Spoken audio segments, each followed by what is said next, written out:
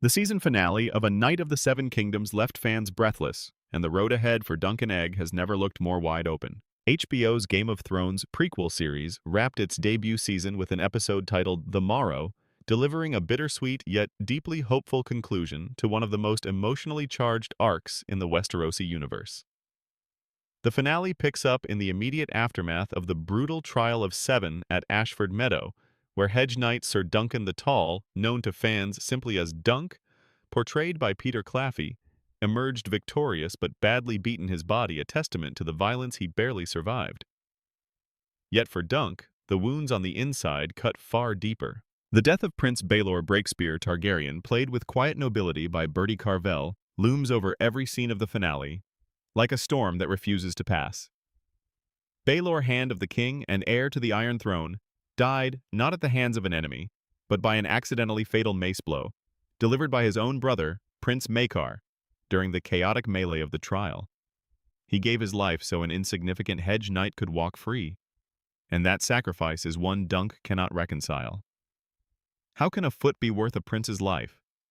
Dunk asks aloud, voicing the guilt that has hollowed him out since the battle ended. The question is not rhetorical. It is the engine driving the entire final episode. Showrunner and co-creator Ira Parker, speaking to Variety, and The Hollywood Reporter, described the death of Baelor as one of the most consequential moments in the entire saga, a sentiment George R.R. Martin himself has echoed. In a 2022 interview, Martin called Baelor's death his favorite seemingly minor moment that altered the course of Westerosi history, arguing that a strong and competent king died to defend the honor of an unknown man, and that the ripple effects of that single event reach all the way to the reign of Aerys, the Mad King. For those keeping score at home, that chain of consequence eventually leads to Robert's rebellion, the exile of Daenerys Targaryen, and the events that consumed 8 seasons of Game of Thrones. But none of that weight is what the finale chooses to dwell on. Instead, Parker and his writers make a quieter, more intimate choice. They let Dunk grieve, struggle, and ultimately grow. Early in the episode, Sir Lionel Baratheon, the affable and grounded Daniel Ings, offers Dunk a sharp reality check, reminding him that Baelor was a prince, and princes are supposed to be protected. It was Dunk's 7 knights who took the real risk, Lionel argues. The gods don't favor a fraud, he adds in a line that cuts through Dunk's spiral of self-pity with the precision of a well-aimed blade.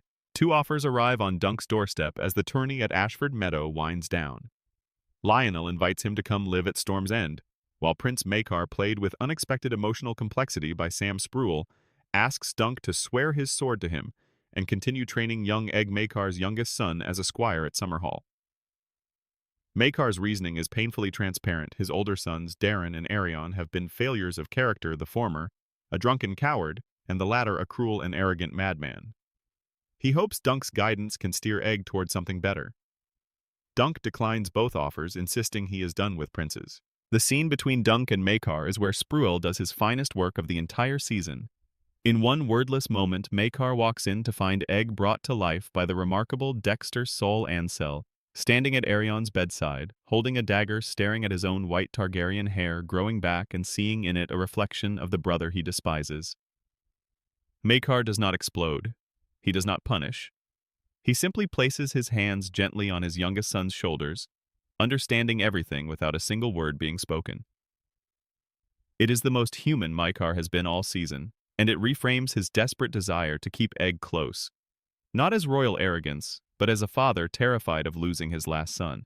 The turning point for Dunk comes from an unlikely source. Prince Daeron, played by Henry Ashton, approaches him with a revelation that reframes everything. Aerion was not always the monster he became. He was once a good kid. Nature versus nurture laid bare in a brief but devastating conversation. Dunk hears it and understands almost instinctively that if anyone has the power to make sure Egg does not become another Targaryen tyrant, it might be him. He goes back to Maekar with a counteroffer. He will take Egg as his squire, but Egg will live and learn as Dunk did on the road as a hedge knight's boy, not cocooned in the luxury of royal life. Maekar refuses, citing pride and tradition. The blood of the dragon, he insists, will not live as a peasant. Egg has other plans entirely. In a twist on George R. R. Martin's original source material, the closing scene of the finale reveals that the boy simply lied. He told Dunk his father had given his blessing. He had not. The end credits scene confirms it with a touch of dark humor. Maekar is still searching for Egg as his wagons begin to roll away from Ashford Meadow. Egg ran. He chose Dunk, and in doing so he chose the road over the palace, the adventure over the safety, the night over the king. Dunk and Egg ride away together as the episode draws to a close, heading toward Dorne, the sun-scorched southern region of Westeros, and toward whatever comes next. Before departing, Dunk nails a penny to a tree, honoring the tradition of his late mentor, Ser Arlen of Pennytree, whose ghost has appeared to him throughout the season. In the finale's most affecting image, Arlen's specter rides briefly alongside Dunk and Egg before turning off on his own path, his work done. His knight is ready. Dunk is no longer someone else's squire or someone else's cause. He is his own man. Parker confirmed to The Hollywood Reporter that Season 2 will adapt The Sworn Sword, the second novella in Martin's Tales of Dunk and Egg series. He also revealed that the show's larger ambition is to follow Dunk and Egg across the full span of their lives, not just through Martin's 3 completed novellas, but through an additional 12 outlines for unpublished tales that Martin has shared, outlining major beats all the way to Egg's eventual coronation as King Aegon V, the unlikely Targaryen. While HBO's current plan appears to be a 3-season run, Parker made his own intentions clear. I would do 12 of these. I would do 4 now, then 4 more 10 years from now, and then 4 more 10 years after that. Whether the network shares that vision remains to be seen, but the appetite among viewers is undeniable. A Knight of the Seven Kingdoms built something rare in its debut season, a small-scale, character-driven story set in one of the most sprawling fantasy universes ever created, one that found intimacy in the margins of history and made audiences care deeply about a clumsy giant of a hedge knight and the pint-sized prince riding beside him.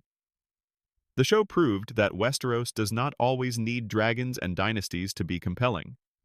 Sometimes all it needs is a man trying to do right by a kid who deserves better than the family he was born into.